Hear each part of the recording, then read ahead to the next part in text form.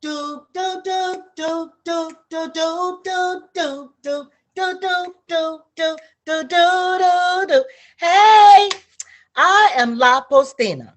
Hold it, wait a minute. I see your lip curling up. Like, who is she? and why she ain't got on no mask? Hey, listen, before we go there, me and that mask, I have had it up to here. Listen, I was standing in line in Walmart the other day. I had my mask on, but all of a sudden I got this huge urge to sneeze.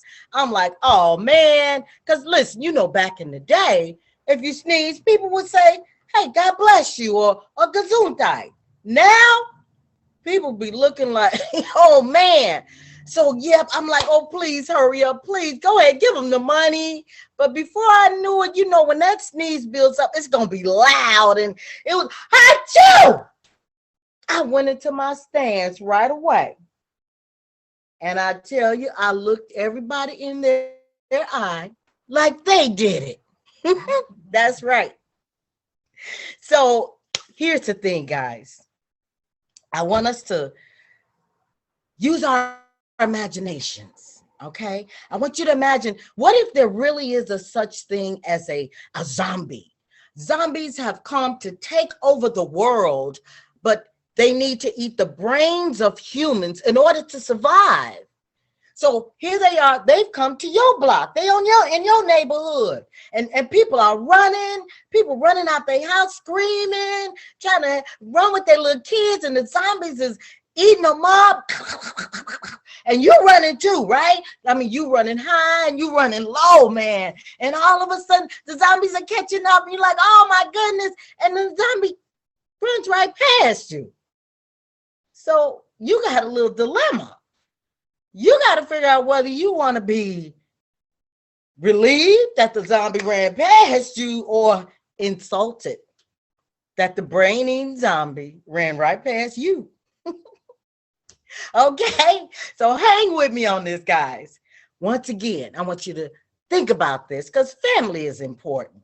His family is so important. And we all got that person in our family that, what? When you see them coming, you be trying to find the door, right? Because, they kind of crazy. Always got something going on, like a whirlwind going on around them.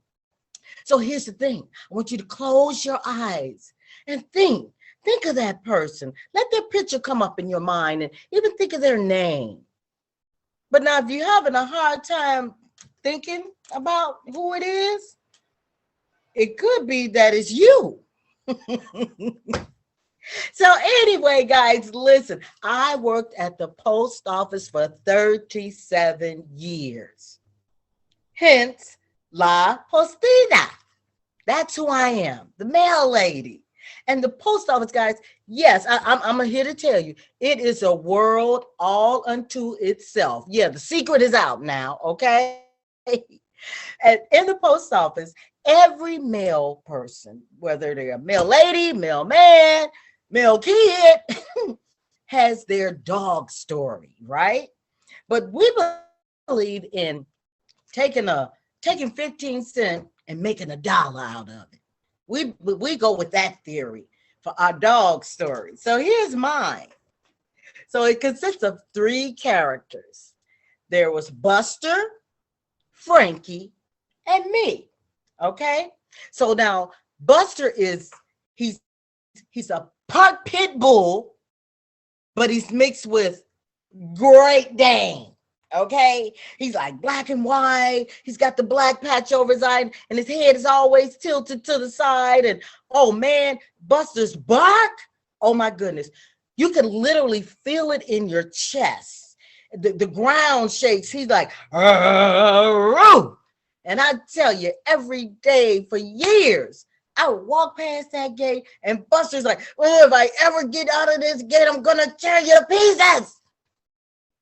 So, but I'm cool because I know Buster's behind that gate.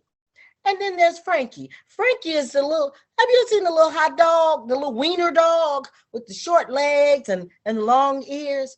Well, that would be Frankie. And yes, me. So I'm going about my job, delivering mail house to house.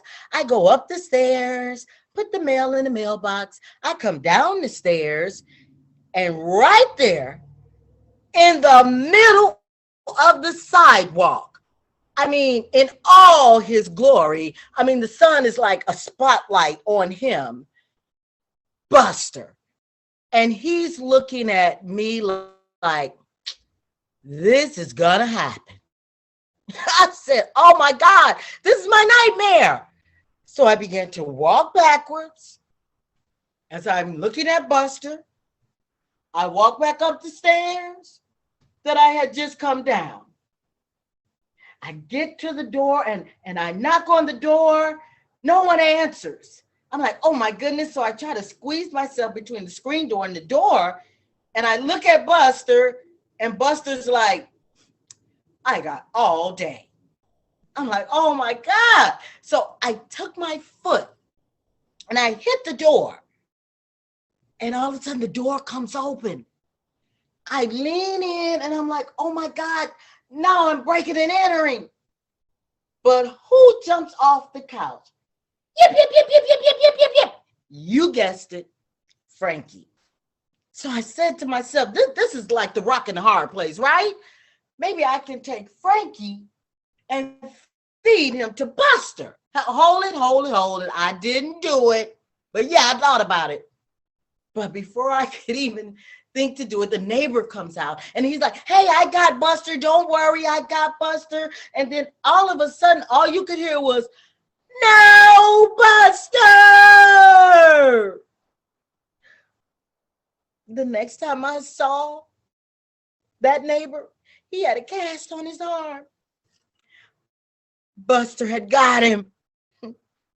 So I took it upon myself to, from now on, I said, I'm going to warn my coworkers, especially the young carriers. I'm going to warn them at least once a month. And this is how I chose to do it. Once a month, I would get on the PA and I'd take the mic and I would say, me. Why do dogs suddenly appear every time you go near that gate? Well, he's just like you. He's got a job to do. It's to bite you. So rattle that gate before it's too late. Oops, you're inside. You should have rattled that gate because now it's too late and there's nowhere to run and hide. This is why all the dogs in town follow you all around. Well, they're just like you. They've got a job to do. It's to bite you. Dum, dum, dum, dum, dum, dum.